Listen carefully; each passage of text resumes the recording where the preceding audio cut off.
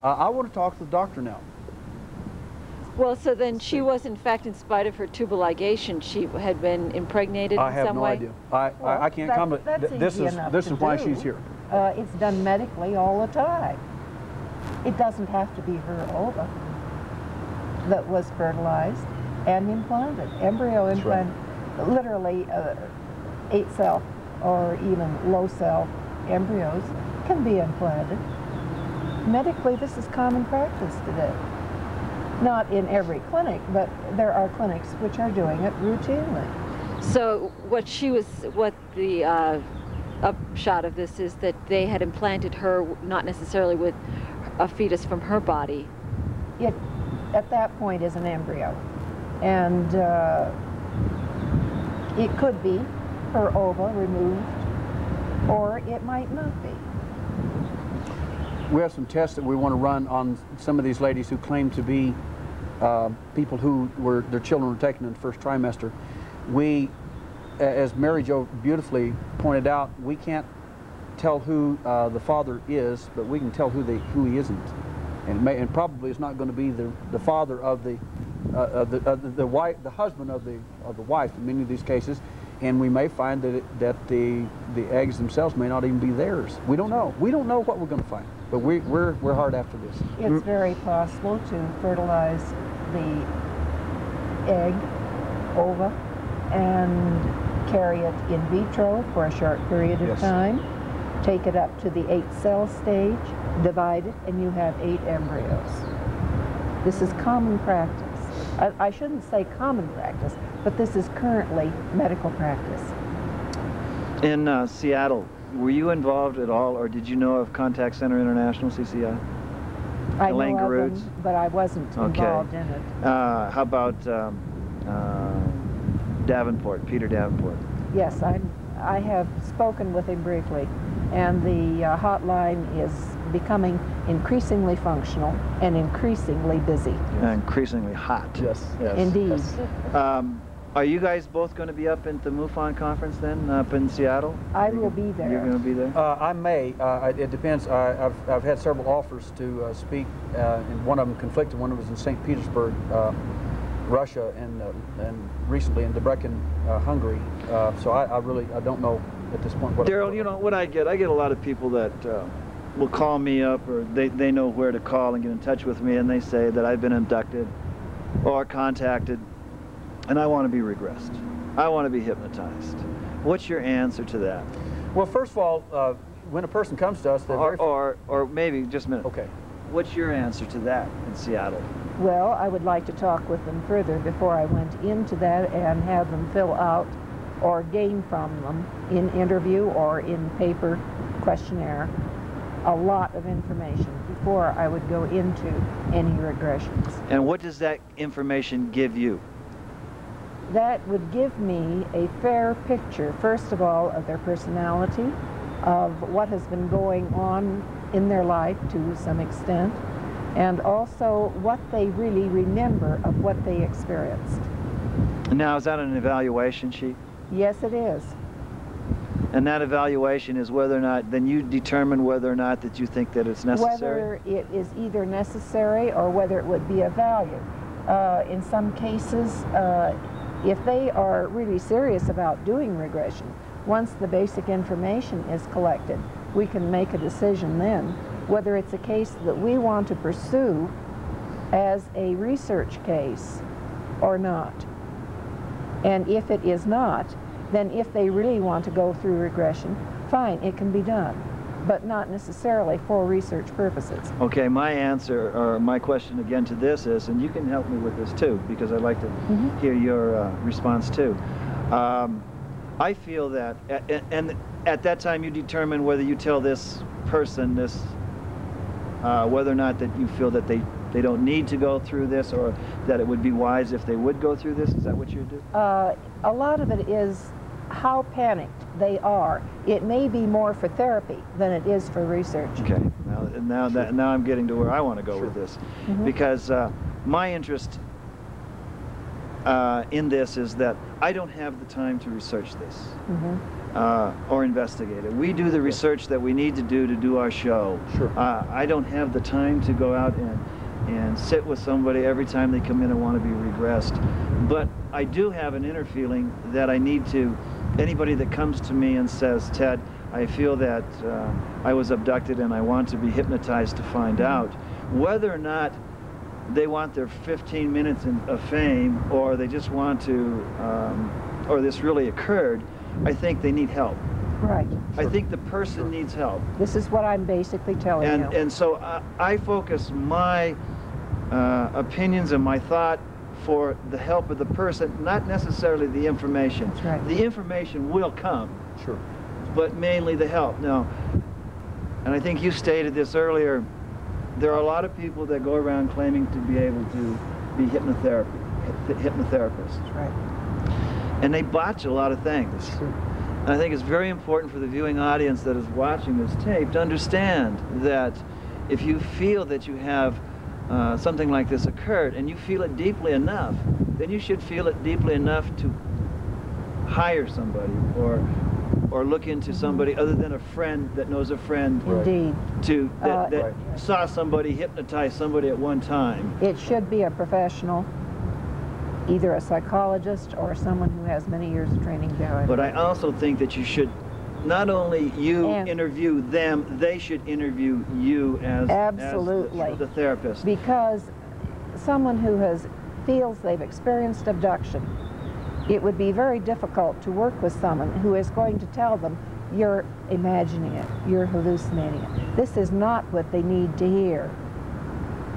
Well, What they need to hear agree. is to work with someone who will say, either I agree that these things are happening, or I have no opinion and I will work with you and take it at face value. to get through the trauma, because Yes, they to have get some through the form of trauma. Because they're dealing with post-traumatic stress, just the same as war veterans or abuse victims, Or even a car accident. or even a car accident. Because you go through an amnesia point in a car accident, right. you see something very tragic. But I've also seen, and I'm not going to mention names, but I also know that there's some investigators that are clinical hypnotherapists that are doing it so they get 8 cases so they can write a book. And they don't really care about the individuals, and that hurts me, because that not only hurts me, but it hurts the field. It hurts the whole thing. It hurts the field that I spent, well, since 1991, my entire life working to try to solve. I think I told you and the viewers know that when I first started doing this, I figured we'd do 2 television shows and we'd solve the problem. Sorry. We need some more film. Need some more film. Well, That's right. I realize that. It just gets wider and wider all the time. really But I does. wanted to make sure that I tell the viewers also that look for somebody. What is your opinion? Let me ask you guys. If somebody's to come First to you, of all, what do you if a person comes to us, as one individual did, he called me over the phone and says, I want you to work with me. And I said, why should I? What is it that he said, well, I've been abducted. I said, how can you prove that to me? What is it that you can show me that it warrants that to you and would convince me? I mean, if you're I said, I have 70-some people I'd have to put you in front of. And he said, I've got physical evidence. I said, well, fine, that's great. So he comes in, and I said, if you're telling me a fabrication, I said, that meeting's going to be real short. So he came in, and he did have the evidence. He's also a mental health patient with MHMR. As soon as I saw him, I knew. And I wanted, the first thing I wanted, it was his doctor's name. He didn't want to give it. I said, then this meeting's over. I said, we don't do that sort of thing. If you're under the care of any health professional, the first thing's going to be done is they're going to be contacted, advised that we're involved in research, and they'll be told every step of the way. If they choose for you not to be in it, then you won't. So when that was agreed upon, the psychiatrist said that it would be wonderful. Please take him through it. He was in a mass abduction. He got tagged. Unbelievable, and a lot of physical evidence. A lot of evidence for this man. I don't care, he may be mentally ill, but he's also an abductee, and there was plenty of physical evidence there. So we take them through symbolic profiling, we do handwriting analysis, have some experts in graphical analysis. These people are very good.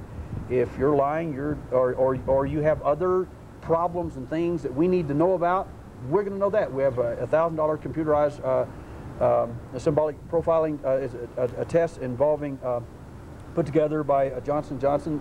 It's an excellent test, 355 questions. It is brutal in its assessment. You will not get away. So there are a lot of tools that we have that we can use with this. In the interview itself, we'll use our techniques of hypnotic linguistics, where we'll get a lot of memory without ever doing any hypnosis whatsoever. If there's any memory there, we'll get it. If they're lying, we're going to get that too. If they're constructing, we're going to get that. We're going to know a lot about them before they ever get to hypnosis, if we decide that's the route to go. But their welfare is very important. If they have a therapist, we advise the therapist. We want the therapist to know. We want to know our findings. If many times we'll have the therapist come there and be there with them if they choose. Most of these people are so traumatized that they don't even want their mate in the room. Oh, I know. They don't even want to. I run across that all the time. You sound bitter when it comes to, and you say abduction. I don't think I've heard you use the word contact at all. The contactee, to use a little bit of Lane Douglas's statement here, as a remarkable researcher, she says, this is her opinion, she says the contactee is a person who's been picked up before 3 years old and has been programmed since then and doesn't know. And the abductee is a person who's been picked up at 4 or later and does know. I don't know completely where that, the basis of all that. There are people that have, that are abductees that have positive experiences. There are contactees that have positive experiences. What we have found by and large, around the country, because I work with people at the, and I will work with some here at this conference. There's a gentleman coming from Denver. He contacted me on CompuServe about this, and if I have time, I'll work with him as well on this. By and large, these people, the people, not all of them, but many of these people who claim, and I'll give you a case in point, because her neurologist came and talked to me about her. And this lady stood in a support group and says, they are here to help us, they're here to save us, they're going to do this and they're going to do all that. And I said, I wouldn't argue with that. This is a support group. You can have any belief that you want. Make them be anything. I don't care. I have no axe to grind. I said, but I do know a lot more about this perhaps than you do, and so I'll offer you some information. And she said, okay. I said, all I want to ask is this. Do you believe that the Aztecs, Toltecs, Olmecs, ancient Egyptians and others were involved, ancient Mesopotamians and so on, were involved with these beasts? She said, yes. As those civilizations are all gone. Are you sure you want to continue this? She got real quiet, and I said, now I talked to your neurologist, and she said, you got 12 major things wrong with you. She doesn't even know how some of these things occurred. They're beyond the scope of the incidents that have occurred to you. And she's asking me, who did this to you? Because and she doesn't mean like an earth person. So I said, I don't know. I can't give that information. I don't know. She said, but I remember perfectly. Everything is this way. I said, listen to me. When I have you in deep trance, I said, you're laying on a cold table screaming, and your brother's on the other table. You're screaming for them to leave him alone. That's not the event that you remember. What you remember is a screen memory. But not everyone has it. There are plenty of contactees that do not have traumatic, terrible experiences. But many people that I work with do have them. But they claim that they're positive. That's usually the screen itself. We've got about 10 minutes left in the program. Right now, what I'd like to do is both of you, if you would, sure. For those of you that want to get in touch with you, why don't you give your phone number, sure. Or I'll PO give box them a voicemail number. After being on your program and others, I've been inundated with mail and everything, and I'm delighted to hear this. It's helped our database. We do keep a database, and we do collate a lot of data for abductees and other people. This will be published eventually. We will work with any researchers anywhere in the country, anywhere out of the country, and have been for years. Our information is not secret or anything like that. We're happy to share information with people like this. If you want to contact us, please contact Sabre Enterprises at 713-587-5455. Once again, 713-587-5455. And if you will, if you think you may be an abductee, send $2 in to our address. We can't say that. Well, okay, it's just to cover the cost of the paper itself. But there is no cost. We do not charge a penny for any abductee. We do not charge any money for anything that we do with abductees or anyone else. We never have and never will. Okay. Mary is. There again, I would be contactable through Sabre Enterprises using the same number. Same number. Yes. How about people in Seattle or something? Same way, through Sabre Enterprises? Yes, they can. I'm in constant contact They with them. can contact me that way. There are some people in Seattle who also, through HUFON, through the MUFON, and through some of the other agencies in Seattle that know how to contact me. Derrel, I just wanted to ask you, you mentioned yourself as being an abductee and also your son. I heard you say that.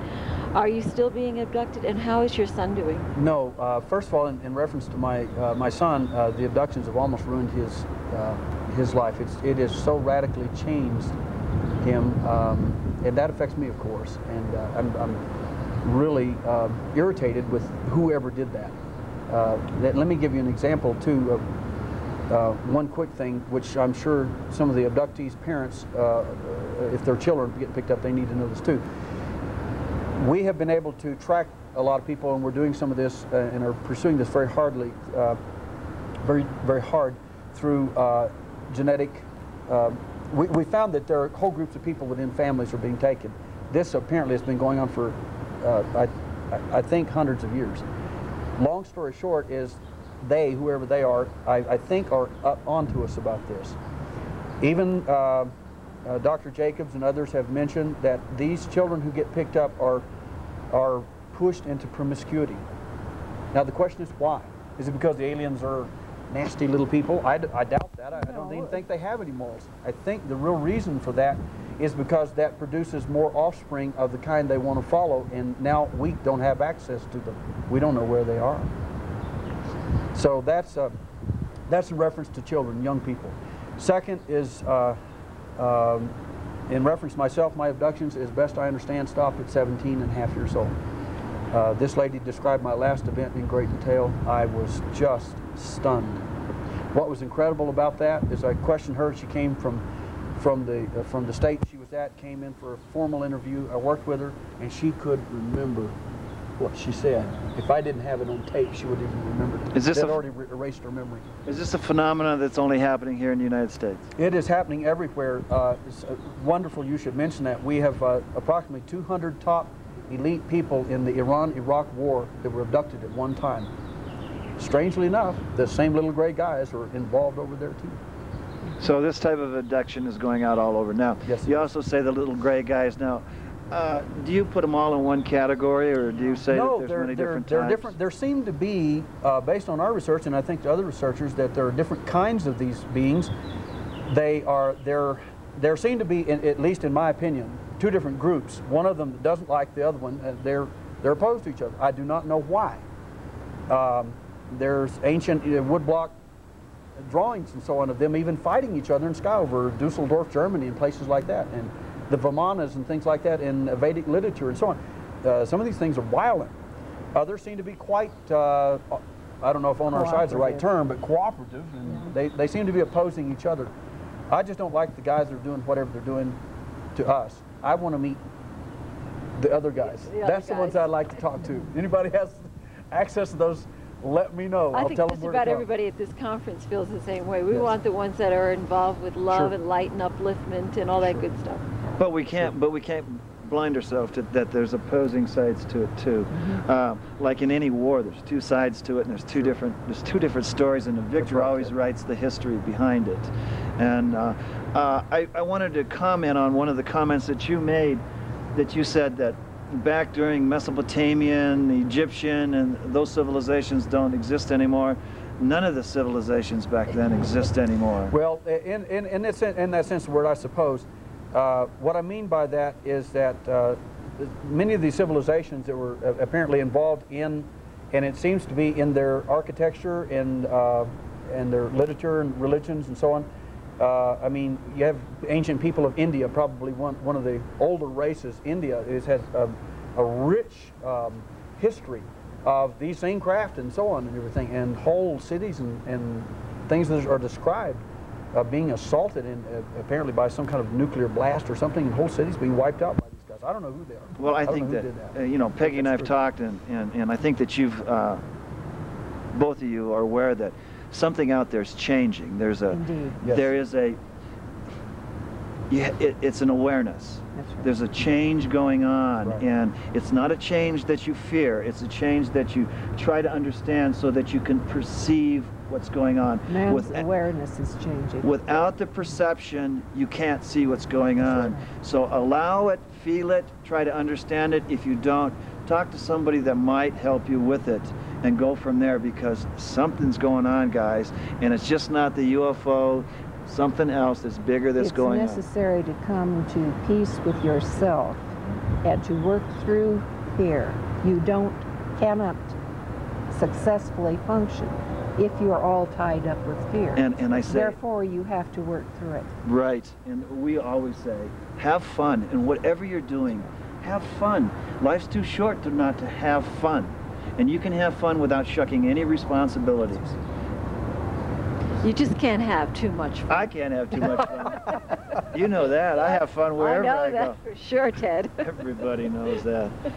So listen, I really appreciate you two freezing here. I noticed that you're from Seattle and you're not doing this. I'm from Tucson and I'm dying in this cold. It's warm in Houston. Oh man. So anyway, we really appreciate it. I hope it's not another 2 years before we get together, Derrel. I wish you a lot of luck. And again, any of you viewers out there that need to get in touch with Derrel, please do. I know Walter Boart got in touch with you. He's a mind control. He's been on my... very good. He's very good. We're working on a case in Tucson right now that might change law. Wonderful. So it's incredible what's happening. You people out there, again, once again, support the people that you would like to see and like to hear from, and also support UFOAZ. I really want to thank you for joining us, and hopefully we'll stay warm within the next interview. Bye for now. Bye. He's going to bring down the audio and then he's going to run credits. So I really appreciate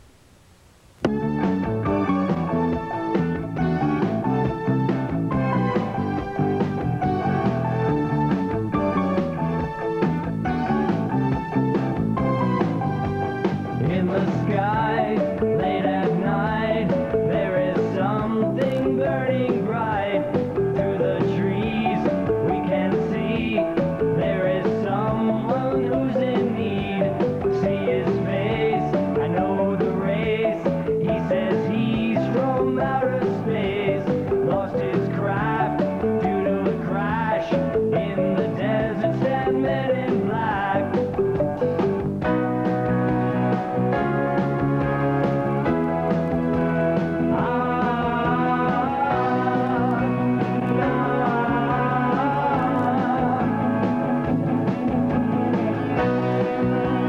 Far away from home, out into